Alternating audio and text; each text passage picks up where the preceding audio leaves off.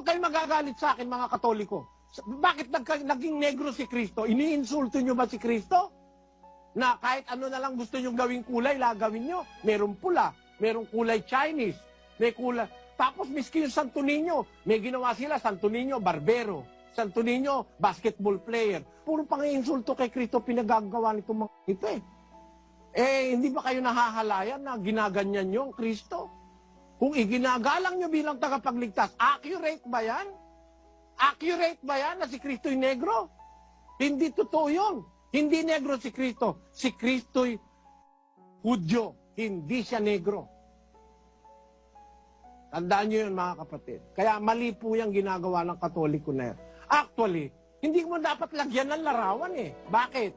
4:23 ang turo ni Kristo sa Juan.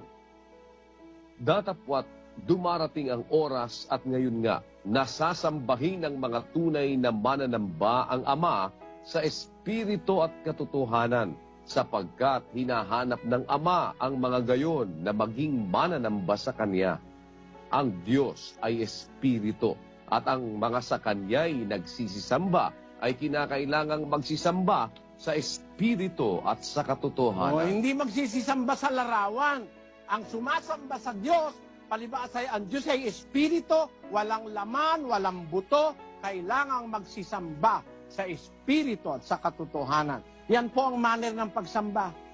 Hindi ka luluhod sa larawan, hindi mo lalagyan ng kandila, hindi mo lalagyan ng esperma, hindi mo lalagyan ng bulaklak, hindi mo lalagyan ng kung ano-anong mga dekorasyon dahil ang Diyos ay Espiritu at ang sumasambay kailangang sumamba sa Espiritu at katotohanan. Yan po ang turo ni Kristo, kapatid. So, yung pong bawal, yung picture ni Jesus Christ or whatsoever, di ba sabi niyo po bawal nga po. Pero ang tanong ko, bakit po may lumabas? At saka accurate po ba talaga na yun talaga kaya po yung mga images ng mga ni Kristo at saka ng mga saints na nire-revere ng mga Catholics in the present times? Salamat sa iyong partisipasyon, kapatid na Marvin. Pero alam mo, no, ikinalulungkot kong sabihin sa iyo na isang paglapastangan kay Kristo ang pinagagawa, insulto kay Kristo. Tinan mo ang kanilang ipinintang retrato ni Kristo. Papakita ko sa iyong isa-isa. Bradmel, isa-isahin mo nga. Opo, kapatid na Eli, ito po, nakikita na po siguro ninyo dyan sa Laguna at sa lahat ng dako. Iba-iba po itong nakikita po namin dito sa screen, kapatid na Eli. Ito, mahaba ang buhok, iba-iba ang itsura. Yung una, may balbas, may bigote. Sa bagay, puro may balbas at may bigote ito. Pero magkakaiba po ng figura, ng mukha, pati buhok. Itong pangalawa, iba, parang malungkot. Yung pangatlo, malamlam ang mata, medyo kulot-kulot ng konti o shaggy ang buhok. Yung pang-apat, parang African, maitim siya. Tinan mo, yung isa naman parang Europeo. Opo. No? Yung susunod naman, parang Brito na kinalimutan ng sosyedad. Ano? Yung susunod naman, parang Amerikanong hilaw. Yung susunod, parang kamukha ni Nero. No? Yung susunod pa, iba na naman uli. Yung isa naman parang babae, oh. Tingnan mo, kamukha ni Mona Lisa.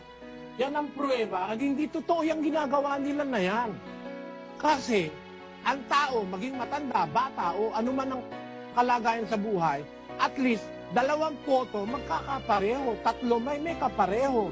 4, may 6, 7, may 10, may kapareho. May mga features na makikita ka na remarkable para ma-recognize mo, siya na nga yun.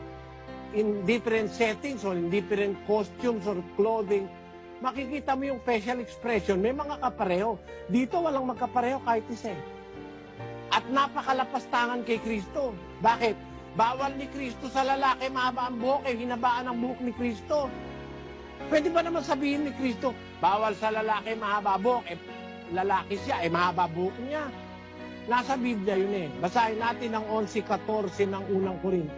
Hindi baga ang katalagahan din ang nagtuturo sa inyo na kung may mahabang buhok ang lalaki ay mahalay sa kanya? Mahalay sa lalaki, mahabang buhok. Si Kristo'y lalaki eh. Kaya si Kristo, hindi mahaba ang buhok noon. Dahil utos ni Kristo na yung mahabang buhok, mahalay sa lalaki yon. 2:20 ng Roma.